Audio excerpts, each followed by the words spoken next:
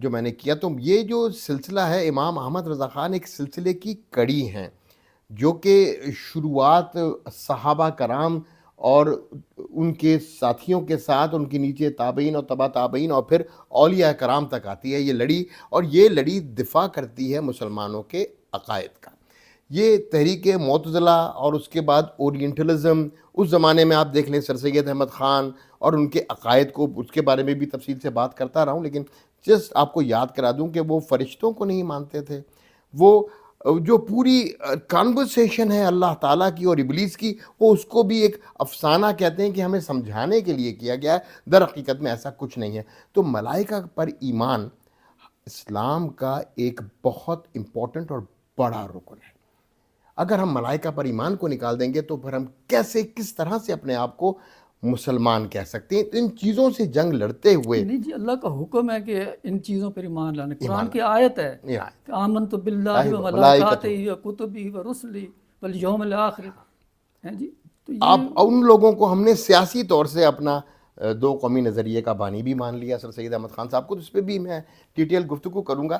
تو فی الحال یہ اس پوڈ کاسٹ میں آپ سے تھوڑا سا میں نے ایمان کے اور عقائد کی درستگی کے بارے میں بات کی، کچھ زیارت کرائی آپ کو. ان چیزوں کو محفوظ کیجئے اپنے پاس تاکہ انشاءاللہ تعالی وقت کے ساتھ ساتھ یہ ڈاؤن لوڈ ضرور کیا کریں یہ ویڈیوز، کیونکہ اس میں صرف میں ایک شخص کے طور سے نہیں آتا، میں ایک خلیفہ مفتی اعظم ہند صاحبزادہ اعلیٰ حضرت مصطفیٰ رضا خان علیہ رحمہ کے خلیفہ سے یہ باتیں آپ لوگوں تک پہنچا رہا ہوں. تو اسی طرح ہمارے ساتھ جڑے رہیے اور انشاءاللہ تعالی مزید ایسی معاملات اور ایجوکیشن کے بارے میں آپ کو بتاؤں گا جو کہ آج کل کے لوگوں کے لیے، بچوں کے لیے، ینگسٹرز کے لیے بہت ضروری ہیں. ہم ان کو بالکل بھی پس پشت نہیں ڈال سکتے. السلام علیکم ورحمۃ اللہ وبرکاتہ. ہم سنی باتیں، جواد رضا خان. اچھا، یہ تمام معلومات جو میں اکٹھی کر رہا ہوں اور یہ اسباق جو آپ کو بتاتا ہوں، یہ سبق جو آپ کو بار بار دہراتا ہوں، یہ نئی نسل کے لیے بہت ضروری ہے. ہمارے ساتھ جڑے رہیے. السلام علیکم ورحمۃ اللہ وبرکاتہ. ان سنی باتیں، جواد رضا خان.